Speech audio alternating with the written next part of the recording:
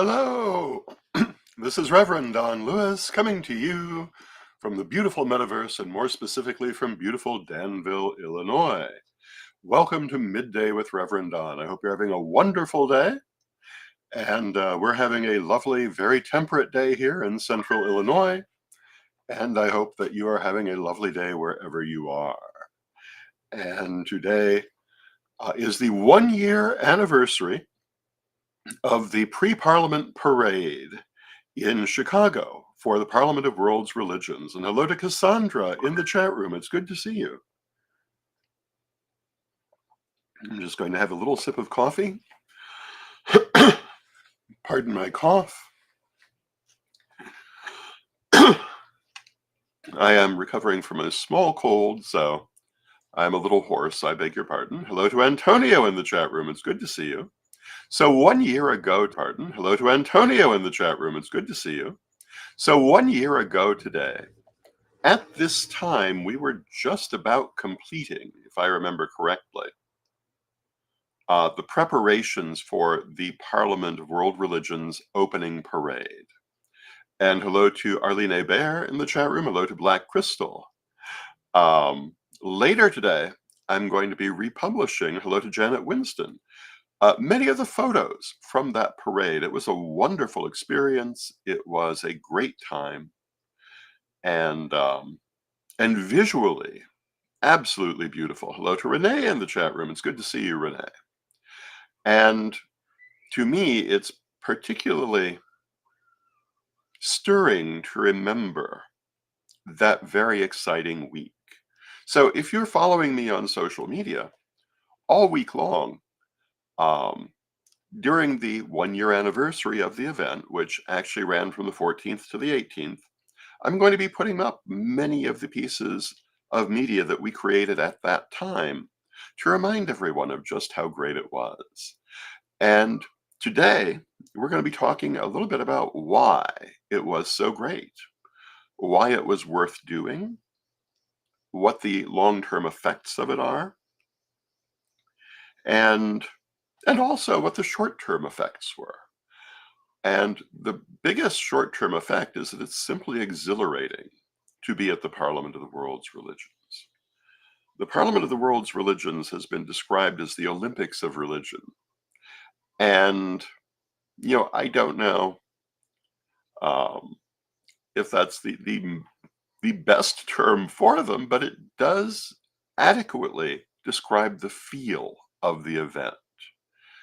It has an electricity about it that is unlike anything else. And of course, it is a wonderful time for people of many of the world's different religions who wish to come together to be able to do so, to meet people from other religions, to find out about those other religions, to share details of your religion in an atmosphere where everyone wants to learn and get along. Now, of course, we all know that there are religions that are not interested in getting along, that do not want to have good relations with other religions, but they mostly don't come to the Parliament of the World's Religions, at least not at this point. The ones who are there are the ones who want to get along. And hello to Mary Cavalcante in the chat room. And hello to Steve Taylor in the chat room. And Mary says, hello, Lord Don, it's great to see you. It's great to see you, Mary, always. It's great to see everyone. The Parliament,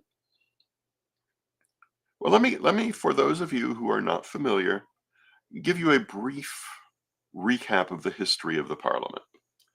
The first Parliament was held in 1893 as part of the World's Fair in Chicago of that year, the Columbian Exposition, I believe it was called, also called.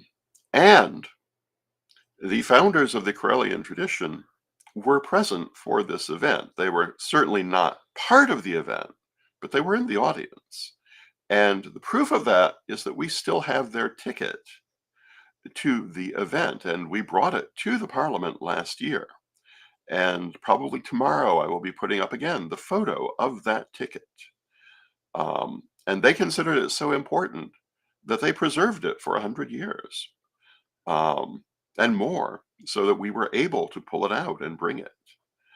100 years later, a group of forward-thinking people looked back at this event, which brought together religious leaders of many different religions to basically expose to the world what their religions were about, or perhaps more appropriately exposed to the Americas what their religions were about, and thought, this is a wonderful thing to do again. And they began working on a revival of the Parliament of World's Religions for its 100th anniversary. And Ed the Pagan, my very good friend and long-term partner, became involved in this several years before it happened and worked in the offices. And so he had a front row seat for everything that happened and was very much part of that first modern parliament in 1993, which was a wonderful transformative experience for him and for, I think, most people who were involved in it. It certainly had an amazing effect on the Chicago pagan community, and I think had a major effect on the pagan community as a whole. And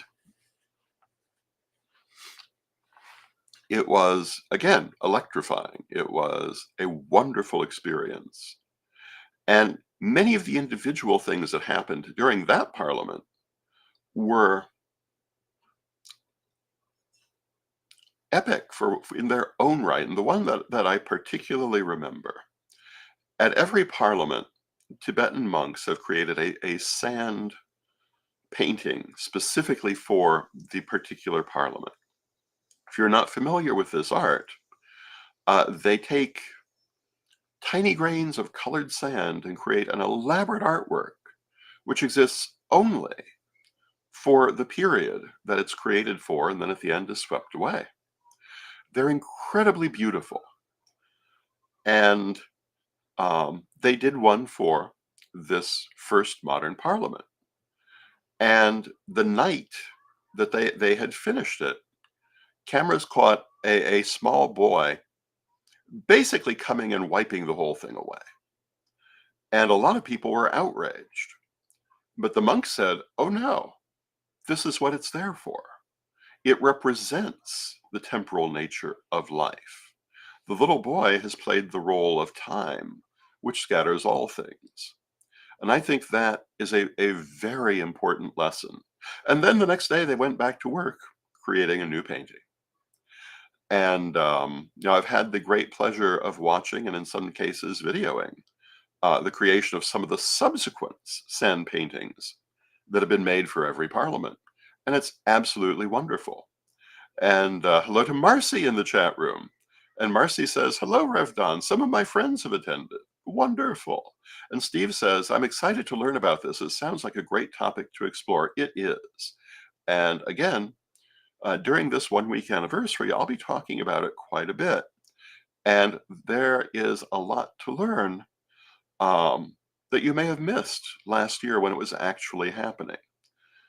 We put out so much material that it's easy to miss some of those things. And of course, there's more than just our material around, so I highly encourage you to look for more because there's plenty of it.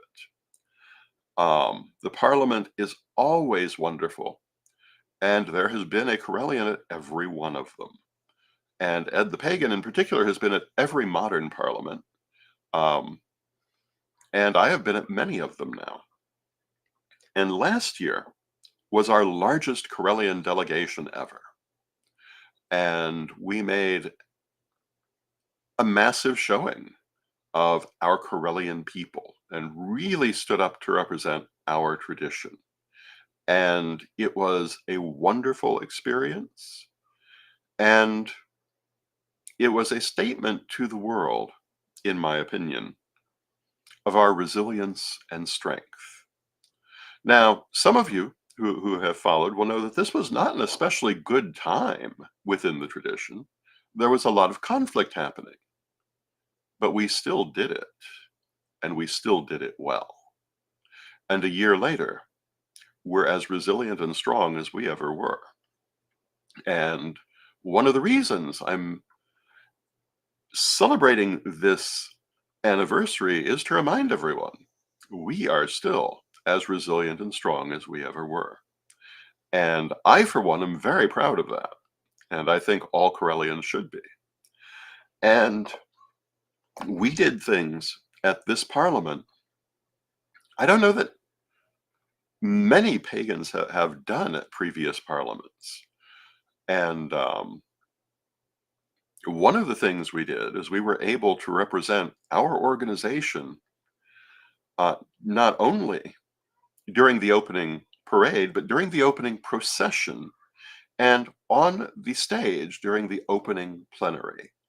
Three of the highest ranking members of the Corellian tradition, two members of the first priesthood, and our paramount priestess for Africa were there on the stage with all of the prominent religious leaders. It was a wonderful experience. It's something that we have worked for years.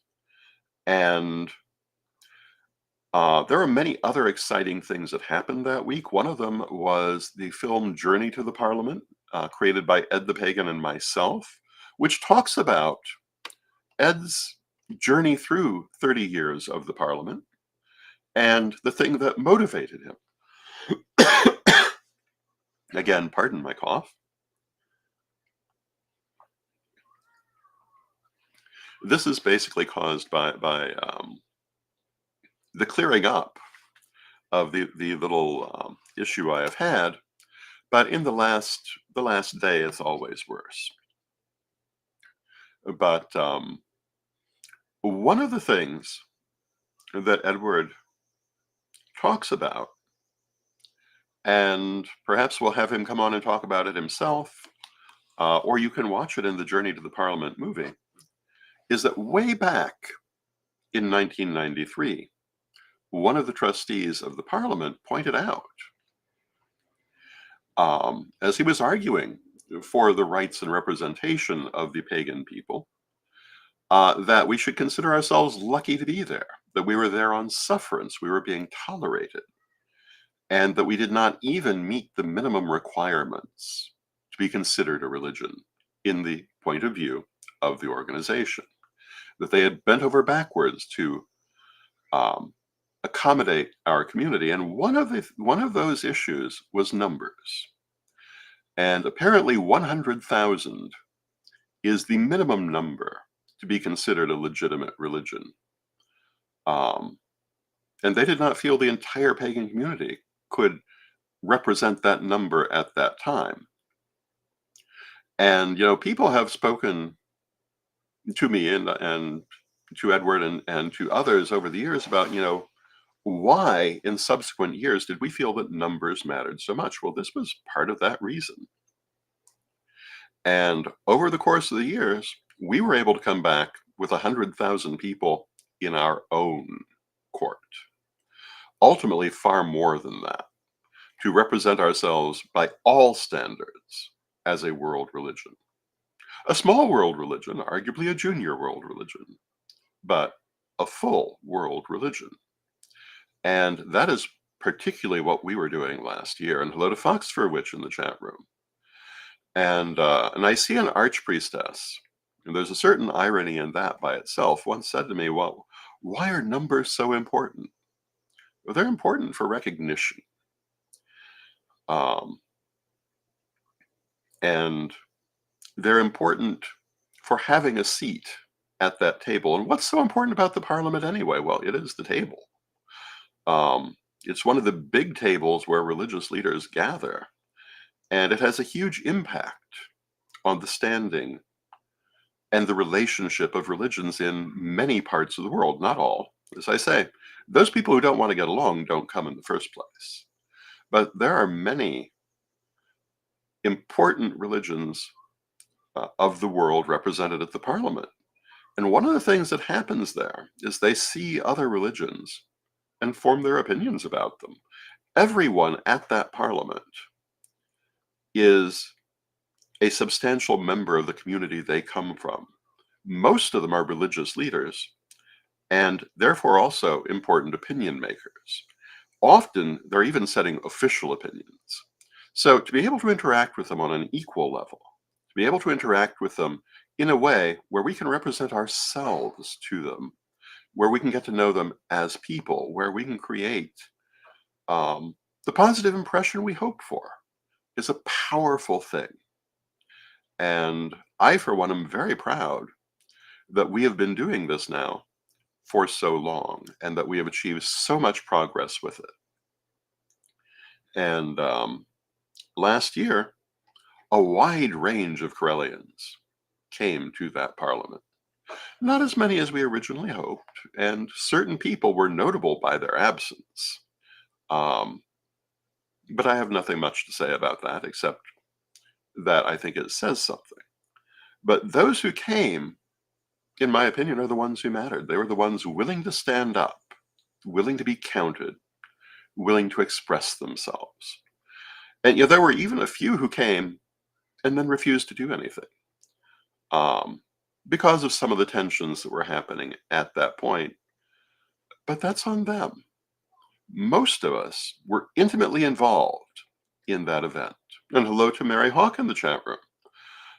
Intimately involved in interacting with other religions, other religious leaders, presenting at the parliament, taking part in presentations, taking part in rituals, taking part in programs, having conversations on the floor. Just conversations on the floor is important. Every interaction at the parliament is important. And it was a wonderful time. As I say, 1 year ago was the pre-parliament parade, which was a feast for the eyes and for the soul. Tomorrow is the 1 year anniversary of the opening plenary, the opening procession. So tomorrow I'll be putting up photos of that. This afternoon I'll be putting photos of the pre-parliament parade, and also tomorrow I'm going to be putting up the videos again. And we have a lot of videos from the parliament, and Mary Hawk in the chat room did a lot of them for Corellian TV. And Mary Hawk says, reading tarot on the floor of the Parliament with Reverend Brian was an experience I will never forget, and I'm sure that's true. And they did their tarot program on the floor of the Parliament of the World's Religions, and that was remarkable. And there are so many amazing memories. Um, Now, Arlene Hebert, who also did some wonderful interviews, asks, did they announce when the next one is going to be? They have not yet. And it is the Parliament's custom that they don't normally announce when the next one's going to be until you get relatively close to it. Part of this has to do with looking for an ideal location. Um, and the rest, I guess is just how they do things. So it'll probably be a little while before we hear. But they have not yet announced it. But when they do, I will myself announce it just as quickly afterward as possible. There are any number of places it can be. The Parliament's been all around the world. Um, the modern Parliament, well, the first Parliament was in Chicago. The modern Parliament has now been in Chicago twice, but it's also been um, in Spain. It has been in Melbourne, Australia. It has been in Cape Town, South Africa. It has been in Toronto, Canada. It has been in Salt Lake City. Um, it has been all around, um, maybe not quite all around the world yet, although the people who come to it are from all around the world. But it's moving all over the world. The next one might be in India, or it might be in Europe again, or it might be back in Africa, or it might be in South America. Or it might be another in the United States, who knows? Um, but at a certain point, they will announce it, and you will certainly hear about that here. And I have to say that part of the charm of the Parliament are all these different places where it occurs and getting to see at least a little bit of the local culture. And I can tell you, the best sushi I've ever had in my life was in a very ordinary looking food court in Australia, um, up the street from the parliament. We were amazed. Um, I also had occasion to try kangaroo in Australia, and I must tell you, kangaroo is absolutely delicious. And that has led me to have the point of view that there's a direct relationship between how cute an animal is and how tasty it's likely to be. But take that for what it's worth. Of course, it's not true of like lobsters, but that's beside the point. Um, but in Africa, I did not attend the parliament in Africa, but I've been to Africa a couple of times and had such wonderful experiences there. Um, and we were very happy to have Lady Rain from Africa join us for Parliament in Chicago last year. Very happy to have Sir Rolando Comon come from the Philippines, and people from across the U.S.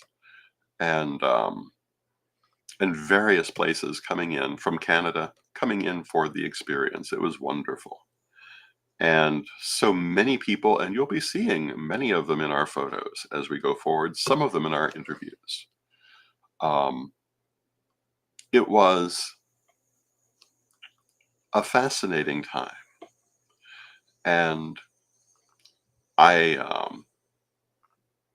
I'm not sure what all I'm going to be putting up to commemorate it, but other people besides me are doing this as well. If you're following them on Facebook, you will have seen posts from from the Most Reverend Phoenix Coffin Williams and from Reverend Sir Ebony Nash about their Parliament experiences.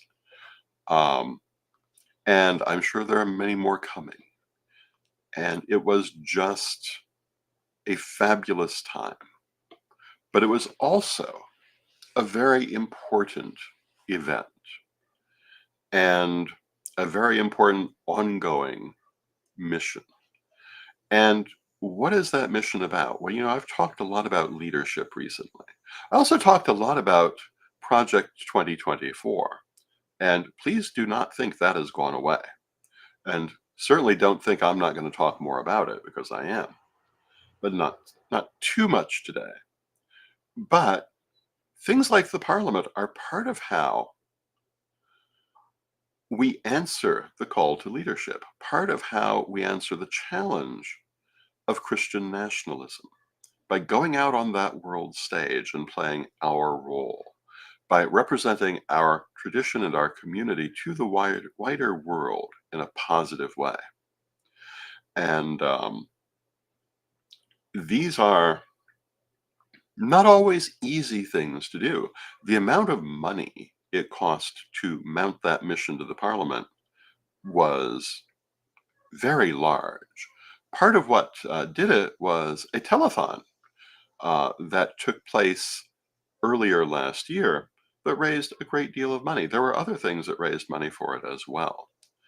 Um, the church itself put up money for it because it doesn't happen for free, but it was well worth the investment to have the level of presence that we had, to create the effect that we created, and to have the memories that we have from it.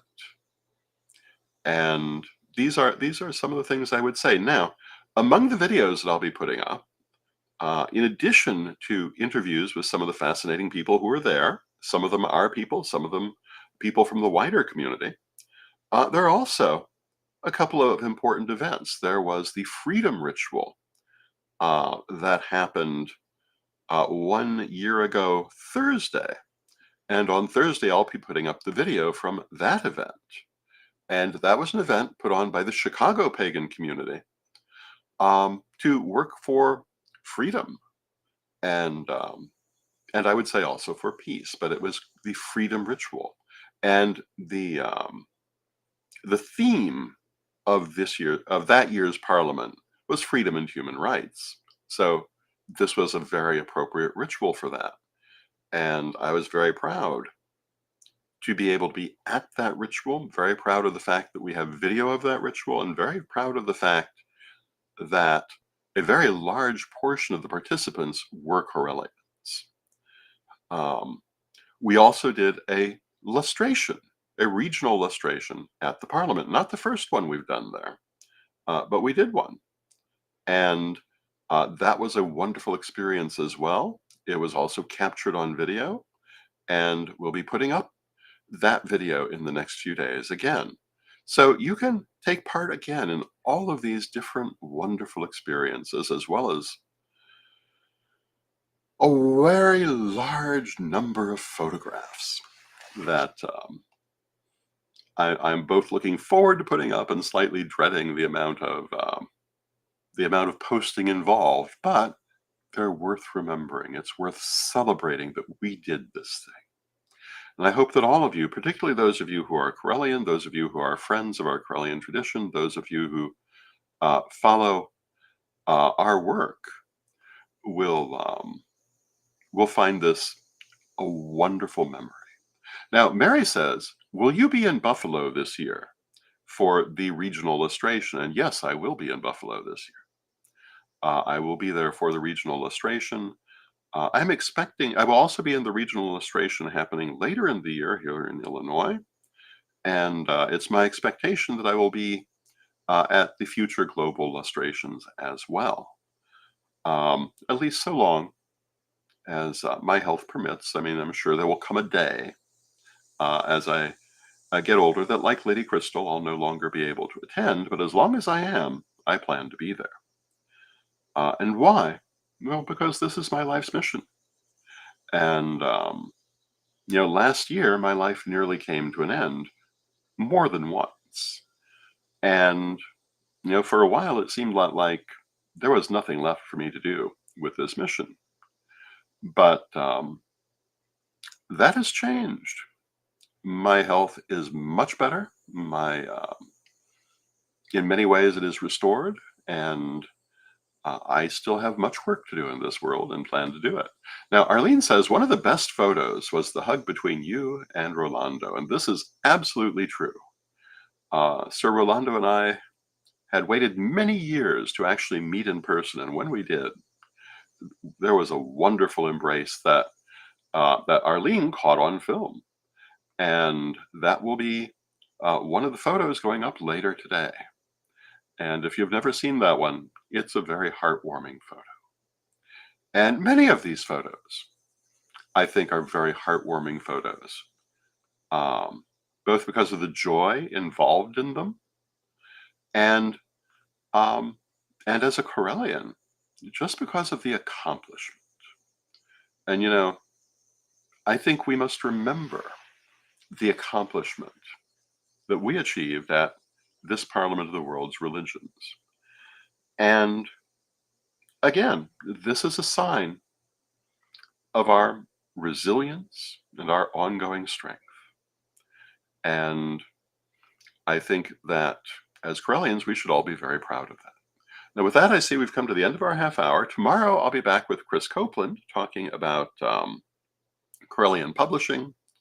On Thursday, my guest will be Ed the Pagan, and we'll be talking about that freedom ritual, why it was important and what it meant. So thank you for joining me, and let us close with our prayer, as we always do. Divine Mother Goddess, Divine Father God, beloved ancestors, we ask you to help us to always find our inner strength and to go forward, even in the midst of difficulty, even when health is not the best. Help us to find the strength to get up and keep going, and to retrieve our good health, to retrieve our strength, to retrieve our mental health, and to continue the things that we are in this life for. We all have our purposes. Some of them are larger than others, but every one of them is important. And help us all to stay on our path and to express our joy in this world as we accomplish the things that we seek to do. Beloved Mother Goddess, beloved Father God, beloved ancestors, we thank you with great love. And knowing you are always with us from respect, we thank you for your presence, and may you be blessed now and always. May you be blessed now and always, and I'll see you tomorrow.